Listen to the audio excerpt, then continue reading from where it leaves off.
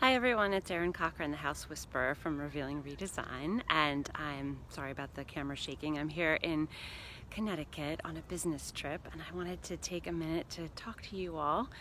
I'm here with a business group that I come to every quarter, and I was just talking to a friend of mine who's from another part of the country, and she was sharing with me some of the work she's getting ready to have done on her house, and showing me the plans and getting my feedback. And I sort of questioned her about what she was choosing to do with the house in a very nice way, like moving the staircase, getting rid of a fireplace, changing things up in a big and very expensive way. And I said to her, why are you doing these things? And have you considered this option and that option? Do you think this is best?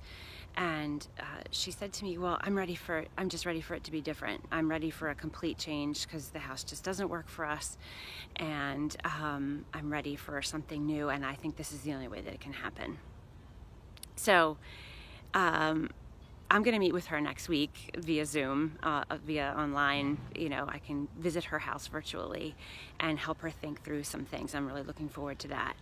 But my question for you is, are you at that point too with your house where you're ready to throw up your hands and spend multiple six figures potentially because you're disgusted? And let's ask ourselves the question if that's really necessary, and more importantly, is it going to fix the problem that you know that you have?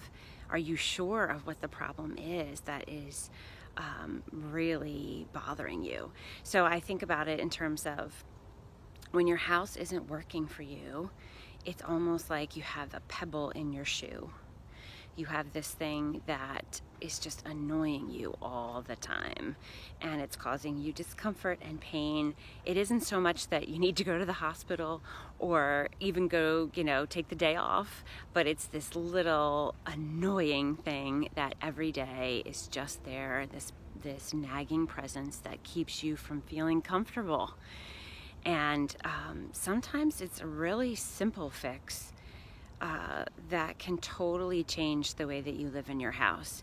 It doesn't have to be a huge renovation. Sometimes a renovation is a really good thing to do, but you need to go through and answer those questions first to make sure you really understand what the correct diagnosis is, what is really there that is getting under your skin, and how could it be fixed, and how could it easily be fixed first before you go tearing down walls and changing really foundational elements of your house.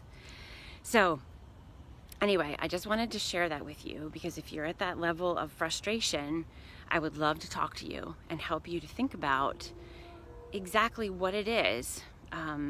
What is the foundational problem that is keeping your house from really supporting and nurturing you every day? All right.